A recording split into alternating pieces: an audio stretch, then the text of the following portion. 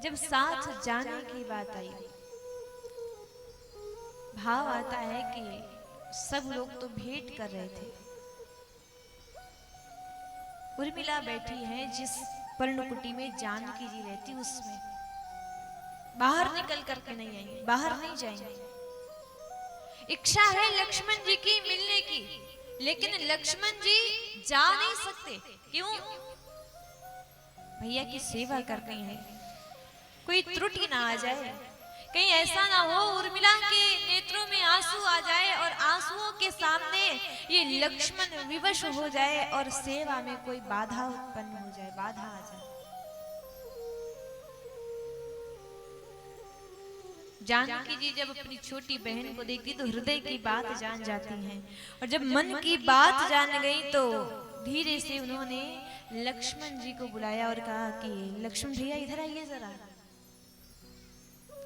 सेवा करने के लिए गए, भाभी बुला रही हैं, कोई काम होगा। लक्ष्मण जी दौड़ करके गए, भाभी बताइए क्या काम है। जहां पर जिस कुटी में उर्मिला बैठी हुई है वहां पर भेजा जाओ लक्ष्मण, उस कुटिया में चले जाओ, वहां पर पुष्प रखे हैं, पुष्प उठा करके लेकर के आओ, पुष्प लेकर के आओ। भाभी ने कहा है तो दौड़ करके लक्ष्मण जी गए, लेकिन जैसे कुटिया में प्रवेश किया तो वहां पर पुष्प तो नहीं थे, उर्मिला बैठी हुई थी।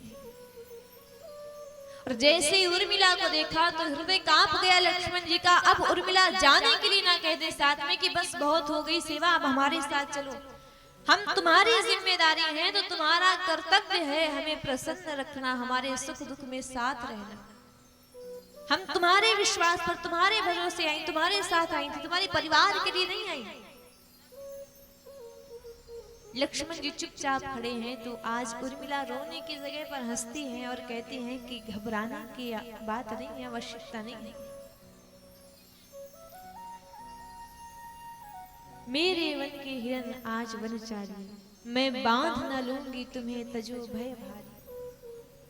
मैं तो ये देखने आई हूं कि मेरे उपवन में जो हिरन क्रीड़ा करता था, खेलता था, जो राजमहल में, राज दरबार में इधर से उधर जाता रहता था, दूसरों को तंग करता, परेशान करता, मंत्रा परेशान रहती थी, बार बार उड़ाने लेकर जाती थी। आज लक्ष्मण ने ऐसे तंग किया, आज ये लीला करी, आज वैसे परेशान किया। जो उपवन में खेलने वाला हिरन है वो आज यहाँ पर वनवासी बन करके है, यहाँ वन में उछल कूद कर रहा है। मैं तो ये देखने आई हूँ और मैं आपको बांध करके ले जाने नहीं आई हूं, मैं आपको बांध नहीं दूंगी जो आप भयभीत हो रहे हैं। मैं तो बस देखने आई थी, आपका दर्शन करने की इच्छा थी। और तब लक्ष्मण जी कहते हैं धन्य हो तुम उर्मिला, भाभी की भगनी तुम केवल अर्थ नहीं मेरे उपभोग। मैं यहाँ वन में अपने लिए नहीं आया हूँ उर्मिला, मैं वन में तुम्हारे लिए आया हूँ। उर्मिला ने कहा मेरे लिए? लक्ष्मण जी कहते हैं कि जब कोई तुमसे तुम्हारा परिचय पूछेगा, तुम कौन हो, तुम साधारण नारी नहीं हो, साधारण युवती नहीं हो, साधारण स्त्री नहीं हो, तुम आदिशक्ति जगतजननी जानकी जी की बहन हो, और तुम जगत जननी की बहन हो। और मैं कौन हूँ? अगर कोई मुझसे मेरा परिचय पूछ ले तो मैं अभी तक कुछ भी नहीं हूँ, मैं तो अपने भैया की सेवा भी अच्छे से नहीं कर पाया जो मैं ये बता सकूं कि मैं उनका दास हूँ। इसीलिए यहाँ 14 वर्षों तक मैं तप करने आया हूँ, तप करके मैं तुम्हारे योग्य बनने के लिए आया हूँ। उर्मिला मैं अपने लिए नहीं, मैं तुम्हारे लिए बनने आया हूँ। सबका त्याग है, लेकिन बस किसी किसी का त्याग बताया गया। मांडवी जी का भी त्याग कम नहीं है। सब लोग वापस जाते हैं तो श्री भरत जी महाराज नंदीग्राम में गुफा बना करके वहां रहने लग गए। मांडवी विचार कर रहे हैं कि सब लोग आए हैं तो थके हारे हैं, बताएंगे हमारे स्वामी जब कक्ष में आएंगे, बताएंगे वहां पर क्या हुआ, राम जी ने क्या कहा, कैसे भेंट हुई, कैसे मिले, क्यों नहीं आए, और आए हैं तो कहाँ हैं, दीदी आ गई या नहीं आई। मांडवी जी के त्याग की बात करें तो मांडवी जी के पास तो भरत जी गए ही नहीं।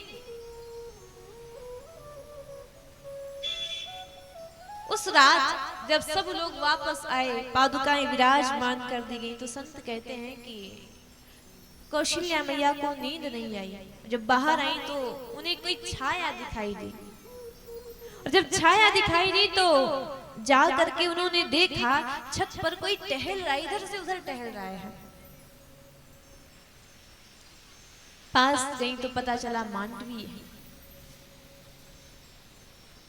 कौशल्या मैया ने कहा मांडवी नींद नहीं आई? अरे इस समय तुम्हें भरत के पास होना चाहिए, भरत की सेवा में होना चाहिए।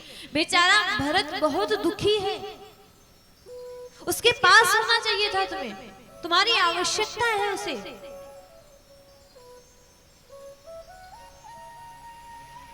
मांडवी जी कहते कि माँ अगर मेरे पति को मेरी आवश्यकता है मैं मान भी लूं, लेकिन उसके लिए मैं उनकी सेवा करूं, उसके लिए उनको मेरे पास आना तो चाहिए। वो मेरे पास होंगे तब तो मैं उनकी सेवा कर पाऊंगी।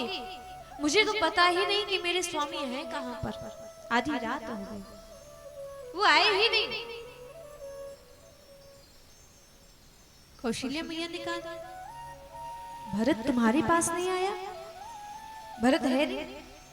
मांडवी जी कहते हैं कि मां मैंने सबसे सुन रखा है कि अब वो 14 वर्ष तक नहीं आएंगे। वो सामने जो दर्शन आप कर रही हैं, कुटिया है, छोटी सी गुफा बना करके वहां पर मेरे स्वामी रह रहे हैं।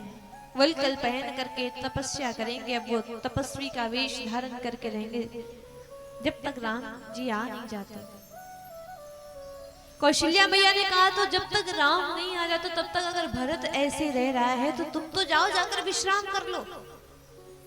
मांडवी जी ने कहा जब तक मेरे स्वामी नहीं सोएंगे तब तक मुझे कैसे नींद आएगी? और तब कौशल्या मैया ने कहा कि कहने का मतलब क्या है तुम्हारा कि तुम्हें कैसी नींद आएगी? भरत तो सो गया होगा, समय अधिक हो गया है। मांडवी जी ने कहा कि वो नहीं सोए हैं। अगर वो सो जाते तो देखिए माँ उस गुफा में दीपक जल रहा है, अगर सो जाते तो वो दीपक बंद हो जाता, और दीपक जल रहा है इसका तात्पर्य है वो भी अभी जग रहे हैं, अभी सोए नहीं है। ऐसा मांडवी जी का त्याग, ऐसा भरत जी का त्याग, ऐसा उर्मिला का त्याग है तो ऐसा लक्ष्मण जी का त्याग है। इन सब के मध्य में ये सब लोग तो राज्य से दूर रह करके राज्य का त्याग कर रहे हैं। राज्य से, संपदा से दूर रह करके इसका त्याग करना सरल है, लेकिन माया के बीच में रह करके माया से बचना उतना कठिन है। शत्रुघ्न जी सब कुछ संभालते हुए भी तपस्वियों की भांति जीवन व्यतीत करते हैं। अनेक प्रकार से ऐसे त्याग बताया गया है। तो आप इस संसार में अगर किसी के लिए रोते भी है ना तो बस यही भाव आता है कि संसार में कोई किसी का नहीं होता है।